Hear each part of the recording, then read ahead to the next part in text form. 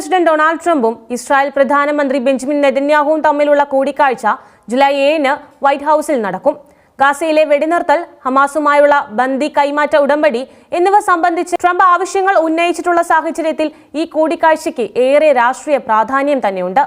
തന്റെ ഭരണത്തിൽ ഗാസയിലും യുക്രൈനിലും സമാധാനം പുനഃസ്ഥാപിക്കുമെന്ന ട്രംപിന്റെ പ്രഖ്യാപനം ഇനിയും നടപ്പായിട്ടില്ലാത്തതിനാൽ ഈ കൂടിക്കാഴ്ച പുതിയൊരു വഴിത്തിരിവാകുമോ എന്ന് ലോകം ഉറ്റുനോക്കുകയാണ്. കൂടിക്കാഴ്ചയുടെ പശ്ചാത്തലം നമുക്ക് നോക്കാം. ഗാസയിലെ സ്ഥിതിഗതികൾ, ഗാസ മുനമ്പിലെ സാഹചര്യം ഈ കൂടിക്കാഴ്ചയുടെ പ്രധാന അജണ്ട തന്നെയായിരിക്കും. ഇസ്രായേലും ഹമാസും തമ്മിലുള്ള സംഘർഷം ആരംഭിച്ച് മാസങ്ങളായിട്ടും ഒരു സ്ഥിരമായ വെടിനിർത്തൽ കരാർ യാഥാർത്ഥ്യമായിട്ടില്ല. ആയിരക്കണക്കിന് സാധാരണക്കാർക്ക് ജീവൻ നഷ്ടപ്പെടുകയും ലക്ഷക്കണക്കിന് ആളുകൾക്ക് വീടും ഉപജീവനവും നഷ്ടപ്പെടുകയും ചെയ്ത ഈ യുദ്ധം പ്രാദേശികമായും ആഗോളതലത്തിലും വലിയ ആശങ്കകൾക്ക് തന്നെ വഴിയൊരുക്കിയിട്ടുണ്ട്. ഡൊണാൾഡ് ട്രംപ് തന്റെ പ്രസ്താവനകളിൽ ഗാസയിൽ ഉടനടി വെടിനിർത്തൽ നടപ്പാക്കണമെന്നും ഹമാസ് പിടികൂടിയിട്ടുള്ള ബന്ദികളെ കൈമാറുന്നതിനുള്ള ഒരു ധാരണയിൽ എത്തണമെന്നും നിരന്തരം ആവശ്യപ്പെടുന്നുണ്ട്. അമേരിക്കയുടെ ശക്തമായ സഖ്യകക്ഷിയാണ് ഇസ്രായേലെങ്കിലും മാനുഷികപരമായ വിഷയങ്ങളിൽ ട്രംപ് ഭരണകൂടത്തിന്മേൽ വർദ്ധിച്ചു വരുന്ന അന്താരാഷ്ട്ര സമ്മർദ്ദം ഈ ആവശ്യങ്ങൾക്ക് പിന്നിലുണ്ട്. ഗാസയിലെ മാനുഷിക പ്രതിസന്ധി രൂക്ഷമായ സാഹചര്യത്തിൽ വെടിനിർത്തലിന് ആഹ്വാനം ചെയ്യേണ്ടത് അനിവാര്യമാണെന്ന് ട്രംപ് വിശ്വസിക്കുന്നു. ബന്ദികളുടെ സുരക്ഷിതമായ മോചനം ഇസ്രായേലിനും അവരുടെ സഖ്യകക്ഷികൾക്കും ഒരുപോലെ പ്രധാനപ്പെട്ട വിഷയമാണ്. ഹമാസിന്റെ കയ്യിലുള്ള ബന്ദികളുടെ മോചനം സാധ്യമായാൽ അതൊരു സമാധാന ചർച്ചയ്ക്ക് തുടക്കമിടാൻ സാധ്യതയുണ്ട്.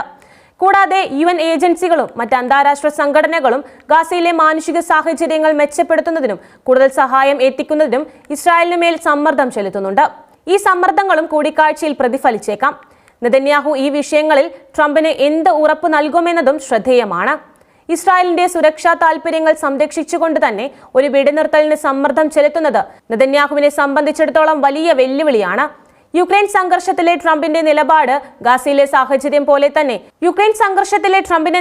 ഇത്തരത്തിലാണ്. ഗാസയിലെ സാഹചര്യം പോലെ തന്നെ യുക്രൈനിലെ യുദ്ധവും ട്രംപിന്റെ പ്രധാന വിഷയങ്ങളിലൊന്നാണ്. താൻ അധികാരത്തിലേറിയാൽ റഷ്യ യുക്രൈൻ സംഘർഷം അവസാനിപ്പിക്കുമെന്നും സമാധാനം പുനഃസ്ഥാപിക്കുമെന്നും ട്രംപ് നേരത്തെ തന്നെ പ്രഖ്യാപിച്ചിരുന്നു. എന്നാൽ ഈ പ്രഖ്യാപനം ഇതുവരെ യാഥാർത്ഥ്യമായിട്ടില്ല. റഷ്യ യുക്രൈൻ സംഘർഷം 1 വർഷത്തിലേറെയായി തുടരുകയാണ്. ഇത് ആഗോള സാമ്പത്തിക രാഷ്ട്രീയ രംഗങ്ങളിൽ വലിയ പ്രതിസന്ധികൾ സൃഷ്ടിക്കുന്നുമുണ്ട്.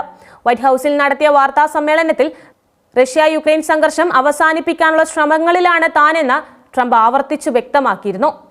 എന്നിരുന്നാലും ഈ പ്രസ്താവനയിൽ അദ്ദേഹം ഗാസയെക്കുറിച്ച് ഒരു പരാമർശവും നടത്തിയില്ല എന്നത് ശ്രദ്ധേയമാണ്. ഇത് യുക്രൈൻ വിഷയത്തിന് ട്രംപ് നൽകുന്ന പ്രാധാന്യം എത്രത്തോളമാണെന്ന് സൂചിപ്പിക്കുകയാണ്. യുക്രൈൻ യുദ്ധത്തിൽ റഷ്യയെ അനുകൂലിക്കുന്ന നിലപാടാണ് ട്രംപിന് പലപ്പോഴും ഉള്ളത് എന്ന ആരോപണങ്ങളും നിലവിലുണ്ട്. ഈ കൂടിക്കാഴ്ചയിൽ ട്രംപ് നെതന്യാഹുവുമായി യുക്രൈൻ വിഷയവും ചർച്ച ചെയ്യുമോ എന്ന് വ്യക്തമല്ല. കാരണം ഇസ്രായേലിന് ഈ വിഷയത്തിൽ നേരിട്ടുള്ള ഇടപെടലുകളില്ല. എന്നാൽ ആഗോള സുരക്ഷാ സാഹചര്യങ്ങൾ എന്ന നിലയിൽ ഇത് സംരക്ഷണ വിഷയമായേക്കാം. ട്രംപിന്റെ അമേരിക്ക ഫസ്റ്റ് നയം യുക്രൈൻ പോലുള്ള വിദേശ സംഘർഷങ്ങളിൽ നിന്ന് അമേരിക്കയുടെ ഇടപെടൽ കുറയ്ക്കണം എന്നതിലാണ് ശ്രദ്ധ കേന്ദ്രീകരിച്ചിരിക്കുന്നത്. യുക്രൈൻ റഷ്യ യുദ്ധത്തിൽ യൂറോപ്യൻ രാജ്യങ്ങൾ കൂടുതൽ ഉത്തരവാദിത്തം ഏറ്റെടുക്കണമെന്നും ട്രംപ് ആവശ്യപ്പെട്ടിരുന്നു. ഈ നയങ്ങൾ കൂടിക്കാഴ്ചയിലും പ്രതിഫലിച്ചേക്കാം. ട്രംപിനെയും നെതന്യാഹുവിനെയും സംബന്ധിച്ചിടത്തോളം ഈ കൂടിക്കാഴ്ചയ്ക്ക് വലിയ ആഭ്യന്തര രാഷ്ട്രീയ പ്രാധാന്യമുണ്ട്. അമേരിക്കൻ പ്രസിഡന്റ് തെരഞ്ഞെടുപ്പ് അടുത്തിരിക്കെ വിദേശ വിഷയത്തിൽ താൻ കാര്യക്ഷമമായ ഇടപെടലുകൾ നടത്താൻ കഴിവുള്ള ആളാണെന്ന് തെളിയിക്കേണ്ടത് ട്രംപിന് അത്യാവശ്യമാണ്. ഗാസയിലും യുക്രൈനിലും സമാധാനം കൊണ്ടുവരാനുള്ള തന്റെ ശ്രമങ്ങൾ തെരഞ്ഞെടുപ്പ് പ്രചാരണത്തിൽ ഒരു പ്രധാന വിഷയമാക്കാൻ അദ്ദേഹം ശ്രമിക്കും. തന്റെ മുൻ ഭരണകാലത്ത് ഇസ്രായേലിന് നൽകിയിരുന്ന പിന്തുണയും UAE, ബഹ്റൈൻ തുടങ്ങിയ അറബ് രാജ്യങ്ങളുമായി ഉണ്ടാക്കിയ അബ്രഹാം ഉടമ്പടികളും ട്രംപ് തന്റെ വിദേശ നയ വിജയങ്ങളായി എടുത്തു കാണിക്കാറുമുണ്ട്.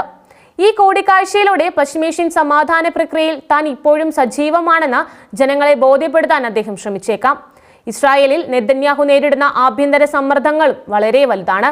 ഗാസയിലെ യുദ്ധം, ബന്ദികളുടെ മോചനം, സർക്കാരിന്റെ നയങ്ങൾ എന്നിവയെല്ലാം അദ്ദേഹത്തിനെതിരെ പ്രതിഷേധങ്ങൾ ഉയർത്തുന്നുണ്ട്.